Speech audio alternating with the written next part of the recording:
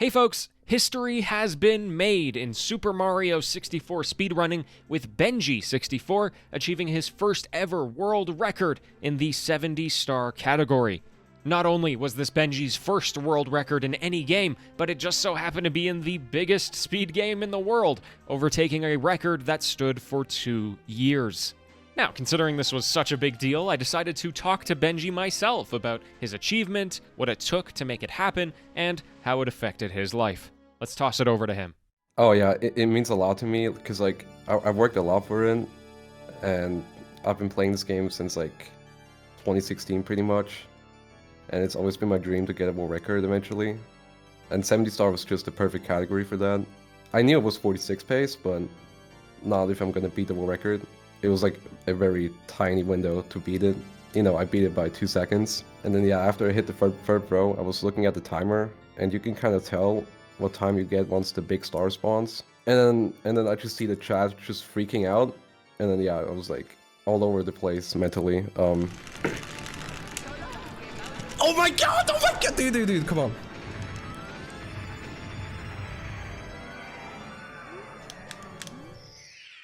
Wait, no. No, you gotta be kidding me!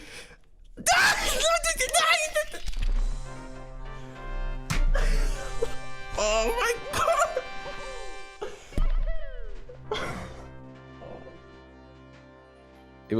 I had a lot more pop-ups that were a lot more intense, I guess. It was just so surreal to me that I just couldn't really express it, really. I was just in lots of confusion, and yeah.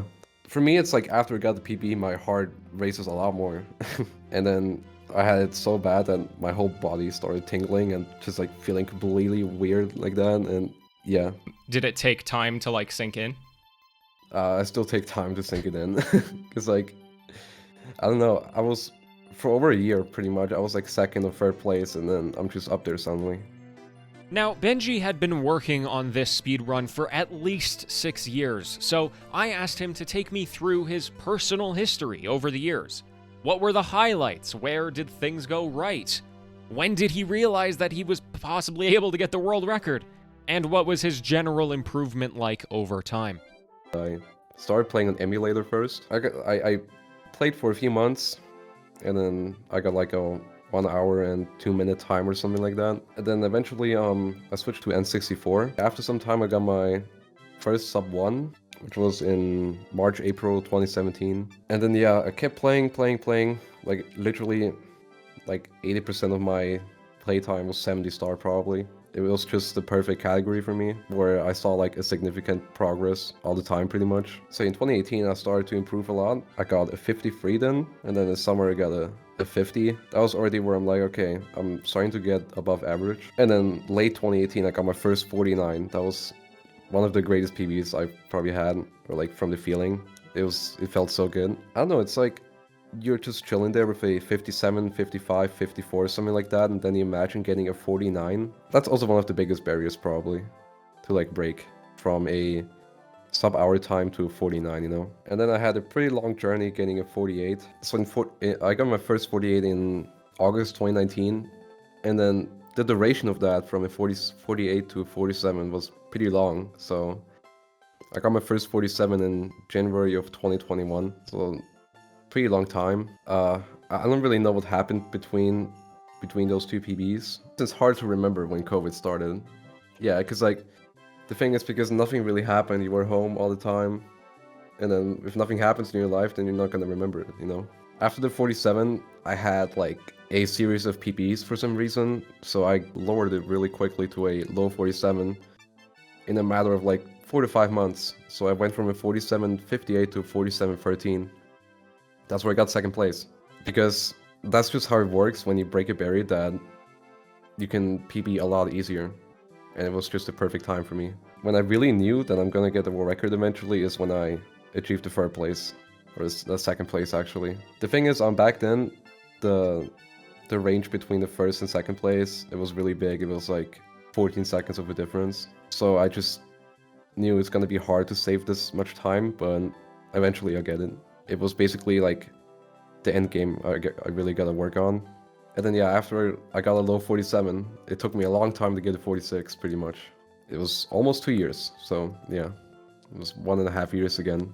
It's like a pretty long time, so sometimes I'm just sitting around there and I just remember PBing half a year ago and I'm like, I think it's time again. You got the world record, and the next day you were streaming and saying we're gonna go better, right? I feel like if I got the world record, I would want to take some time to like relax and cool down, especially after waiting so long to get it, right? So like, where was your brain at? Where you're like, we're just gonna keep going. Yeah, I wanna protect it, you know? Just feel like my world record isn't like for me personally, it just doesn't feel like I've like done the best, even though it is the best run indeed, as of now. Yeah, it just felt like pretty much like the second half of the game was not really consistent at all. But I had a really great beginning, definitely the best one I've ever had before, and I think that's why I got it. And I don't know why, but maybe I play better because like I just create my own bubble, where I'm just like really deeply into the game for some reason. For me, it's really easy to like forget everything around me. It's good. It's really easy to like fade away and just do everything automatically. I get that feeling a lot at the end game when I'm world record pace. I'm like, we call it Zen mode, where you're not thinking and you're just playing. It just happens. Your muscle memory is doing its thing and everything is good. And yeah, and in that condition, getting a PB is like a fever dream. But I actually did end up taking a break later, because like, I think I got kind of sick of all the attention out of nowhere. It was like a lot, and then someone texted me on Twitter and then emailed me that I could end up in an Austrian newspaper. Yeah, but I'm kind of sensitive about it, and I unfortunately had to like decline it, because like in general I don't want to mix my internet life with my real life one, you know? It was just everything at once pretty much. It was like a chain reaction where people wanted to collab with me, and then a newspaper, and then all the attention. I saw a big Reddit post about me, and I was like, ooh, what am I supposed to do? It was overwhelming.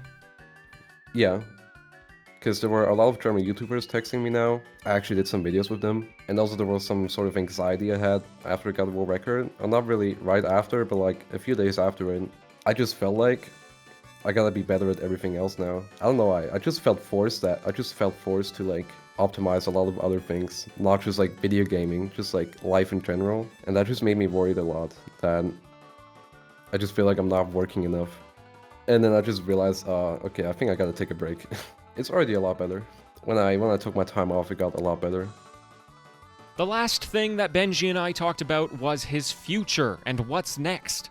Now, we got into some personal life stuff that I don't think I need to share here, but one thing he mentioned in particular that I thought was pretty cool was the fact that he streams his speedrunning on Twitch. Here's what he had to say about it. Maybe I can live off from streaming in the future. I became partner after I got world record. Yeah, I felt really great, because getting partner was a big thing for me, and it took me so long, and I got rejected so many times. It was like 10 times. And then I got it, and probably because you're partner, you can eventually get a sponsor or something like that, maybe. In general, increase your viewership, and I'm excited for that. It's already been increasing, and what happens if I get another world record?